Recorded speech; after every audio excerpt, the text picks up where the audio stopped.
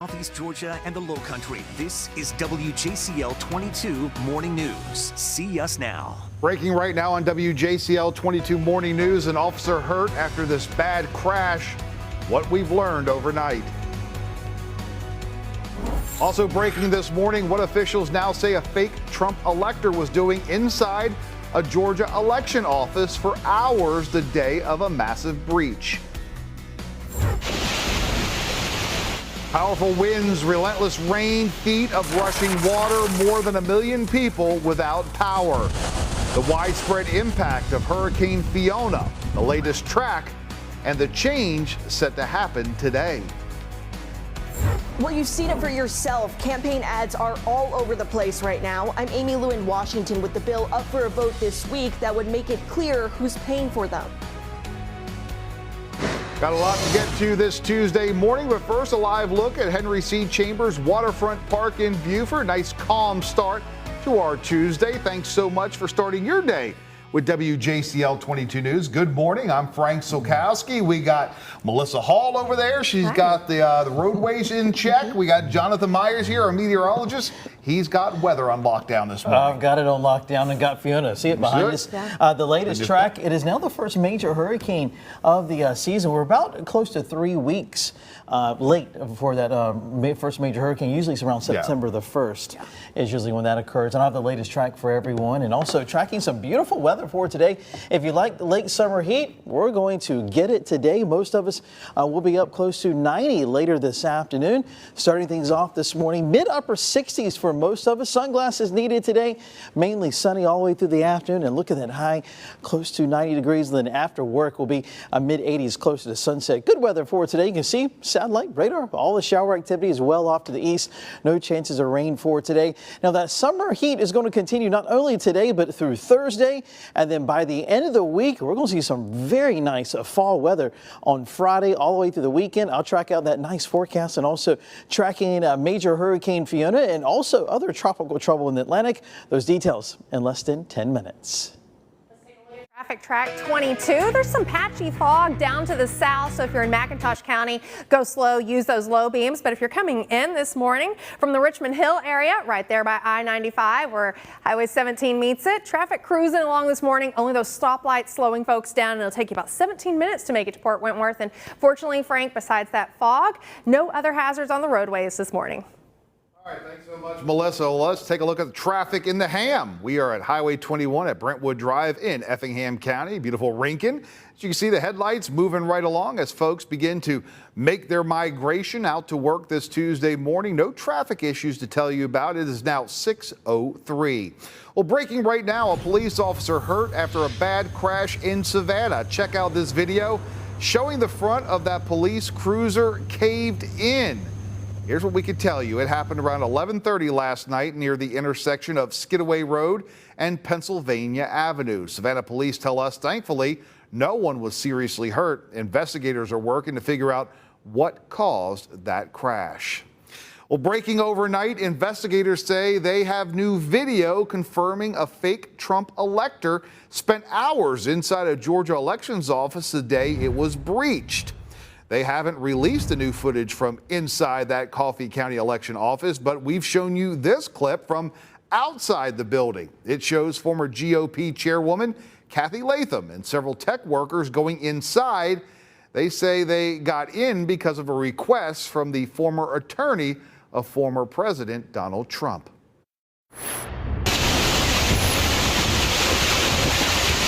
Happening right now, Hurricane Fiona, the first major hurricane of the season, unleashing powerful winds, relentless rain. It's all happening on the Dominican Republic and Turks and Caicos. Well, here's a live look at the track. You can see it's churning over those vulnerable islands at this very hour. Yesterday, the storm ravaged Puerto Rico, leaving 2 people dead, more than 1 million in the dark, and countless families underwater. ABC's Victor Oquendo in Puerto Rico with what's next.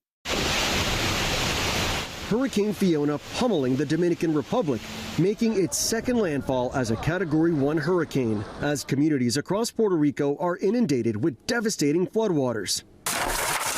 Fiona making its first landfall in the U.S. territory Sunday, winds gusting over 100 miles an hour, ripping off roofs. It's now been more than 24 hours since Hurricane Fiona made landfall, and the rain just hasn't let up.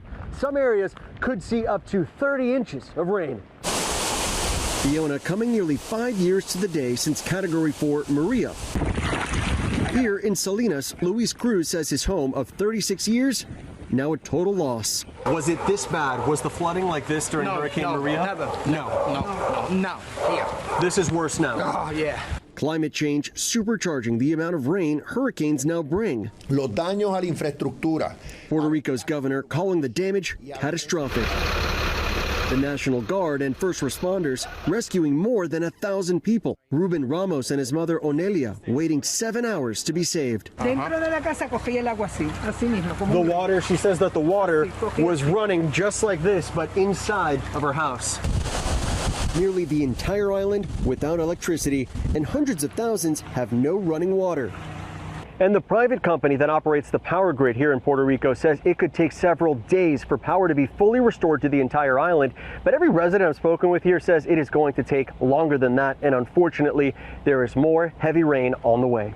Victor Oquendo, ABC News, Salinas, Puerto Rico. And coming up on Good Morning America, Victor Oquendo remains on the ground there in Puerto Rico, where relentless rain is causing widespread issues. Of course, you can catch GMA right after our news coming up at 7 o'clock. Well, happening today, the man who says he fended off a racist truck attack on a Statesboro highway will be sentenced for the shooting death of a teen girl. Last month, a jury found Mark Wilson guilty of involuntary manslaughter. Investigators say he shot and killed 17-year-old Haley Hutchison back in June of 2020. Now, Wilson told police she was inside a truck that tried to run his car off the road. He says the people inside could be heard yelling racial slurs. Well, that hearing is scheduled to start in Bullitt County this afternoon at 2 o'clock. Of course, WJCL 22 will have continuous coverage starting tonight on our news beginning at 5 o'clock. Also happening today, a popular Savannah restaurant is set to reopen its doors after being closed for months because of a fire. Belford's in Savannah City Market is known for its seafood, steaks, and wines. Well, the owners say they're excited to welcome back customers once again. Vice President Kamala Harris set to visit the Palmetto State today. She'll be up at South Carolina State University in Orangeburg to talk about the importance of National Voter Registration Day, mental health issues, and entrepreneurship. Well, this week, the Senate will vote on major changes to campaign finance laws. The Disclose Act would force political groups to let people know who their big donors are. Our Amy Lou is in Washington with what's next. Amy. Well, Frank, this will likely be another example where Democrats are trying to get Republicans on the record on a bill that they feel has general public support. The Disclose Act would require political action committees known as PACs to disclose donors who contribute more than $10,000 in an election cycle. PACs would also have to identify those spending money to influence judicial nominations. While campaign finance laws limit the amount a donor can give directly to a candidate, the Supreme Court's Citizens United decision of 2010 says PACs and corporations can spend unlimited amounts of money on elections. Limiting the power of dark money shouldn't be a Democratic or Republican view. It should be bipartisan through and through.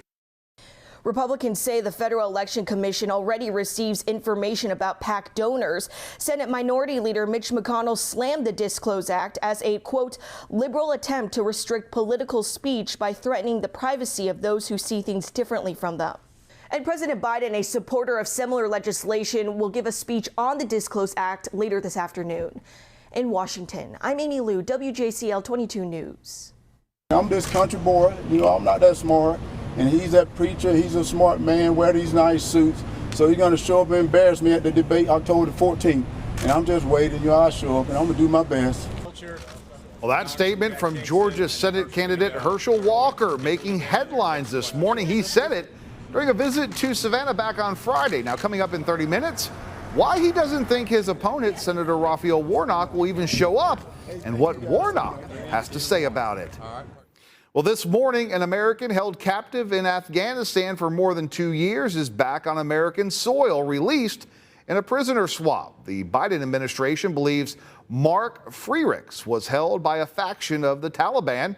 They say the Navy veteran from Illinois was kidnapped back in January of 2020 while doing construction contract work in Afghanistan. His return is the culmination of many, many months of tireless and effective work by so many colleagues in our government. Well, overnight he spoke with President Joe Biden. Today he's set to be reunited with his family.